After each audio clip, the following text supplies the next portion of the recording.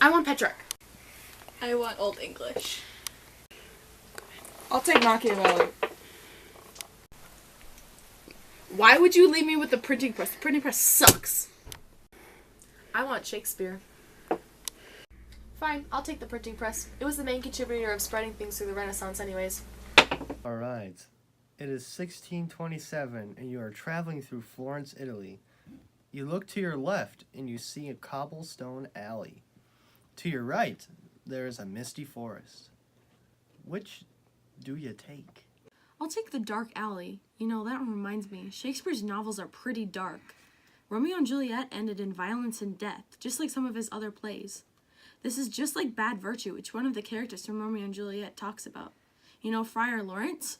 He says, virtue itself turns vice, being misapplied, and vice sometimes by actions dignified, which is pretty deep if you think about it. Just like the alley. Can I not talk poetic for like 3 seconds? Okay, guys, let's just chillax here for a second, and how about we just continue the game? So, where we left off is, so you are traveling slowly through the alley. All of a sudden, you came upon an abandoned building. You look up, and there's a sign written in Old English. I'm gonna use my translation spell. A 16, and it hits. The sign slowly appears. It reads, the Gutenberg Printing Press. Do you go inside, or do you keep going? Go in. Did you know that Latin, Greek, and French, the classical languages, were still considered the languages of education at this time in history?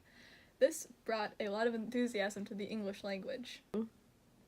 When you walk into the room, there is a large wooden structure in the corner.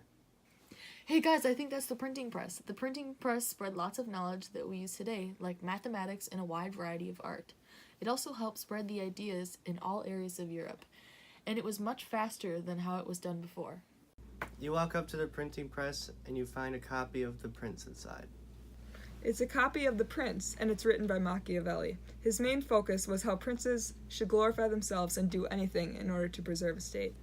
He wanted a prince to also have qualities of a top-notch ruler, like fear instead of being loved. To Machiavelli, this was very important. Okay. After you look through The Prince, you find 100 different poems and sonnets that have been written by the same person. I wrote a book of poems called the Canzoniere. 366 poems written in Latin, mostly in the form of sonnets. It was about his love for Laura. The first 263 were devoted to her life, and the last 130 to her death. He's known to be one of the best loved poets of all time. But why poetry? That many poems about a single person, even after she died. Disgusting.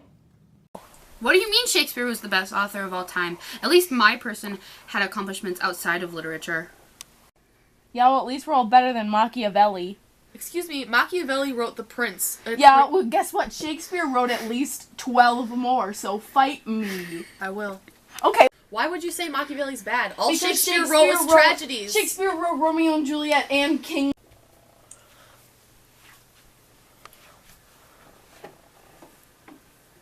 Why do they keep doing this? What's going on? Machiavelli's better! Why do you guys keep doing this? Let's just play the game! Where's the quiet one? We should probably go outside and look because she's obviously not inside. Let's split up. Do they do this all the time? This can't be normal.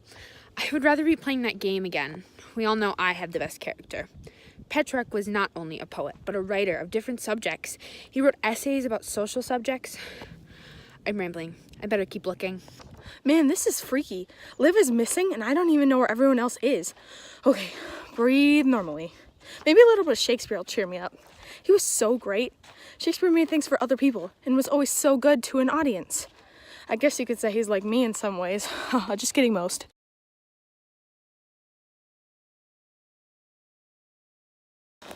Oh, we're off. Liv! Liv! Hey guys, so our friend Liv went missing and we're all off to find her. Liv? Dang it! Oh, I forgot about my Renaissance presentation. Is it the time? Oh, I might as well. Wait, so how does it go? Okay. The printing press spread information through the Renaissance era. No. Maybe this could help us find Lib. Man, everyone sucks at this. I can get through this calmly since I'm Machiavellian. I'm sly, tricky, and cunning.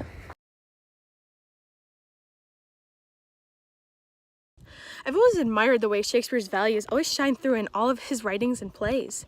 Even his sonnets, everything had them. He always had a clear right from wrong, and he passed that on to readers.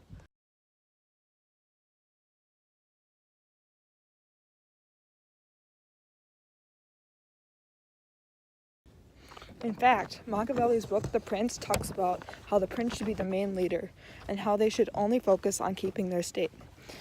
He even stated, "It's better to be feared than loved," and that is exactly what I am thinking right now.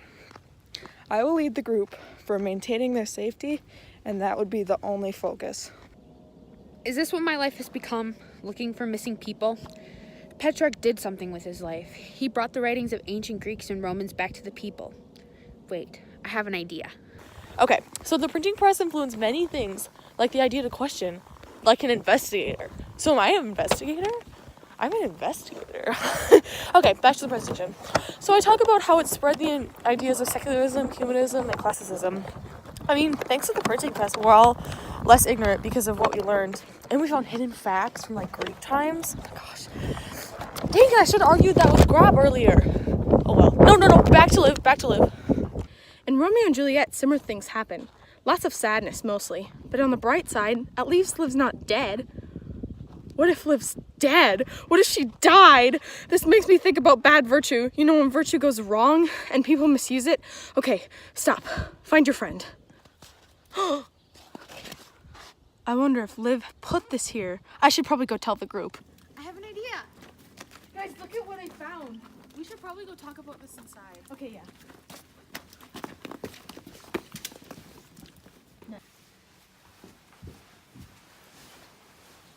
How do you even find that? Thanks to her great detective skills that we learned from the printing press, she found this. I found it in a hole in a tree. What does that even say? That's Old English. We learned about it in school. It was used all throughout the Renaissance in writing and acting. How are we even supposed to read this? I know how. How? Tell us. Help me. I'm stuck in the upside down. Go to the shed with the truck and go left. Guys, I think it's directions. Okay, guys, let's go find Liv. With all this information, it'll be much easier. Yeah, guys, we can do this. I can use the printing press to spread around information without having to write 1,000 copies. I can use my Shakespearean insight to focus on myself and how I can become a better person. I, being extremely Machiavellian, can live out with my cunning and mischievous ways. Everyone knows that I, Anna, would rather be feared than loved. How is this going to help us find Liv? I don't know, but it'll help us get a good grade. Okay, let's just go find Liv. Let's go, guys. Guys, just think about virtue. Shakespeare always did. He made his poems about them. He made his plays center around them. He even created his own words, like puke. Yep, that was all Shakespeare.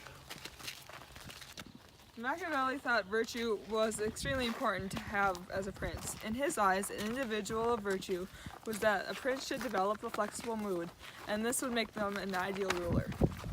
Guys, don't be afraid like the people from the medieval times. We have to be like the people after the printing press, not afraid anymore. Like Petrarch wasn't afraid to love someone who didn't love him back. That's how the phrase Petrarchan, lover, was created. It meant when you love someone, but they didn't love you back. That's exactly like unrequited love. Shakespeare used that in Romeo and Juliet, as they loved each other, but Paris loved Juliet without getting anything in return. Guys, let's look in the garage. That has cars, right?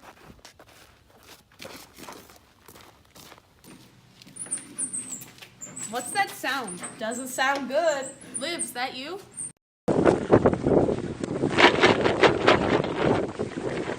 That's not Liv. Run! And let's go inside. Oh, we might as well go the other way. I don't care about the printing press anymore. This is scary. Even Machiavelli would be scared. Maybe the Demogorgon followed Machiavelli's instructions on being feared.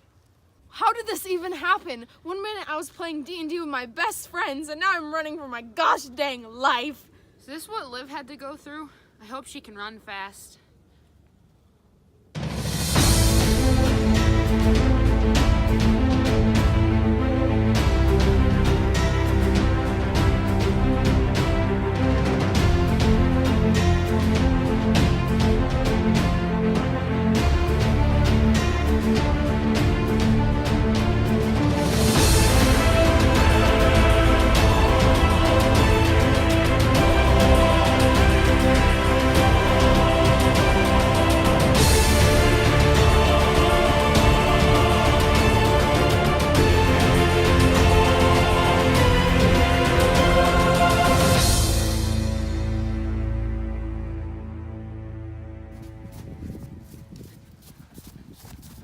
Guys, which shed is it? There's like 80 of them. Our best chance is to check all of them. My Machiavellian skills are telling us to go that way. We better hurry. Liv said she'd be right here, so I don't know what's going on. Liv! Liv, where are you? Liv, where did you go? Liv! It's coming.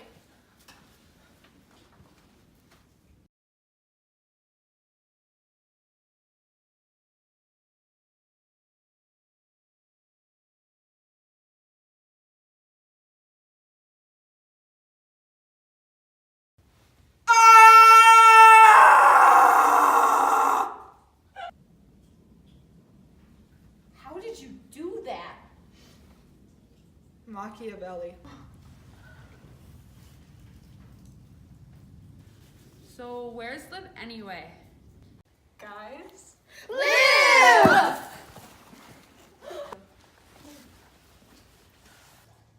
Let's go back inside now. Yeah. Well, that was quite the adventure. Let's go sit down. So what did you guys think about that? I was just thinking about Petrarch and his unrequited love. I was wondering how Machiavelli would have wanted this.